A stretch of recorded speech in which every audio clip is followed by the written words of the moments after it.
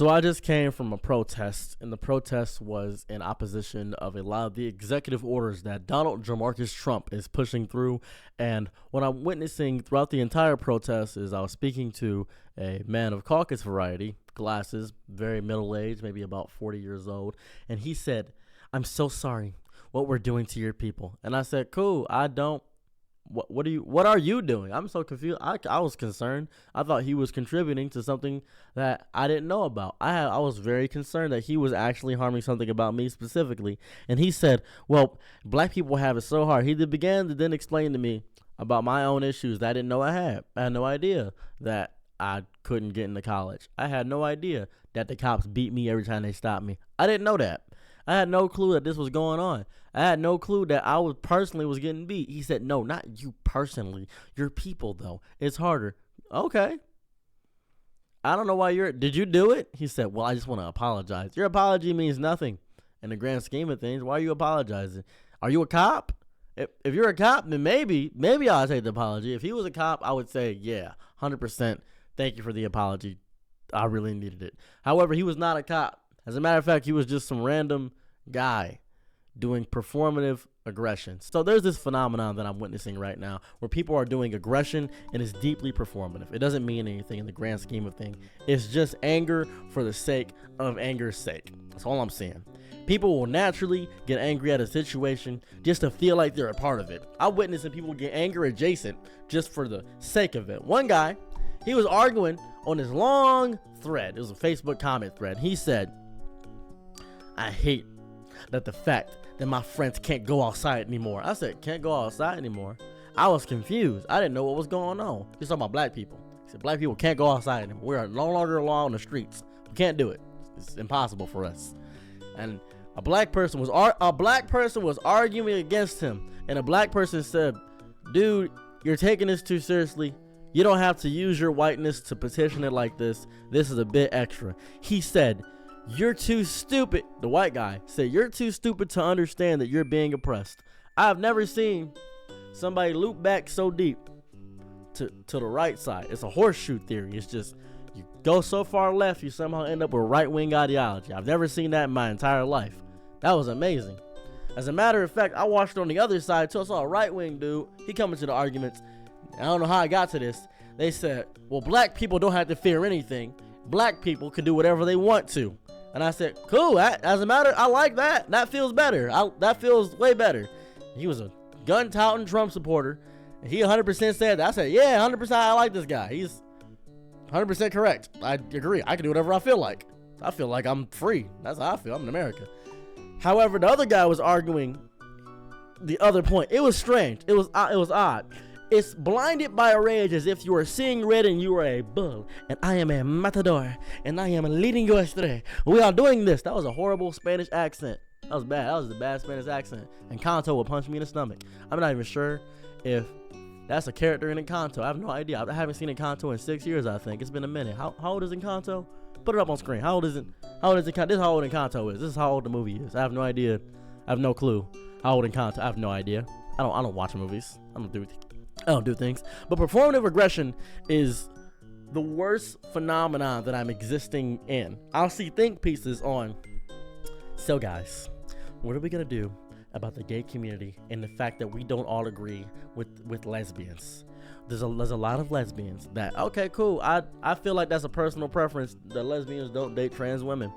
That's just personal preference. We don't even gotta talk about it. But it's a big issue. Is it? Is it a big issue? Is it a huge issue? I didn't know. Well, thank you for telling me about this. I felt there's bigger issues in the world. What's more important than my identity? World hunger? I think there's a war going on, I believe. I'm pretty sure there's a war going on. Like 86% sure there's a war going on right now. I feel like Palestinians are getting genocided right now. That's a big issue. We should probably keep Israel in check. That feels like we should probably deal with that.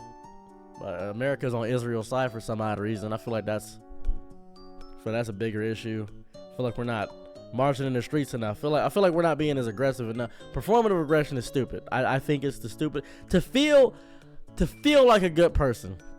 And I know it's fake. I know it's fake. That's the worst part. All of it's fake.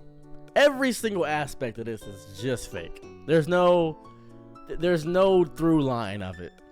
It's fake because of one specific phenomenon. You guys remember Hogwarts Legacy? I don't know if you guys remember Hogwarts Legacy, but I remembered Hogwarts Legacy like it happened 3 years ago, maybe 4. Hogwarts Legacy comes out, and everybody is saying, don't buy the game. This game supports the death of trans and LGBTQIA plus people. This kills people. This game ruins lives. And all I hear on the opposition is, well, I'll donate to an LGBTQ cause in order to make things right. That's what I'll do. However, this game in particular, this one right here, that wasn't the issue. The issue was the game in itself. Donate outside of the game. Just still don't buy the game. Said, no, I must do this. That tells me that people think they can buy good boy points. You can't buy being good. It's not possible. You can't spend a certain amount of money and now you are a good person. It lets me know that people think that money is equivalent, and depending on where you put that money, I'm going to donate to charity. I'm going to donate to breast cancer research. I'm going to do that. It tells me that you think you're a good person by what you do and not who you are. Big difference. That's performative aggression. Performative aggression is being mad when the situation is not happening directly. That's psychotic. You can't do that. It's not real. It's not a real situation. And I feel as if there's so many performative aggressive people that it actually destroys the people that actually are mad for the right reasons. Because it's those vocal minorities, those people that are mad and vitriolic and outwardly expressive of this variety, that actively feel like they're losing a large part of their soul and their mind, their main corpus inside their brain. They feel like they're losing some aspect of what they are because everybody else is seeing the worst parts of it. Performative aggressive people, you've seen them before. I know you have. Probably wondering what they are. That doesn't make any sense. I'm going to tell you what they are. A performative aggressive person are those people that use neo-pronouns. That's right. That's performative aggression to me. I'm just going to be real with you. I don't understand it. And that's not out of fear. That's me doing extensive research and talking to people with neo-pronouns. That's me deeply understanding it. That's performative aggression. Performative aggression is a Hotep black person. If you don't know what Hotep is, they're the people that say the black Israelites and say that, oh, black people will rule the earth and we're going to enslave white people. That's performative aggression. Flat earthers don't deserve to exist. That's performative aggression. That's performative aggression. I see it all the time. It disgusts me. I'm not a fan of it. I've never been a fan of it. It's goofy and psychotic. It destroys what actual progress can be done because we are in the confines of a revolution right now, and it's being stunted by every voice being heard. Every voice doesn't need to be heard. That's important. I think we need one person to lead us and have be the voice of the people. Because if every voice is heard, it's going to get drowned out.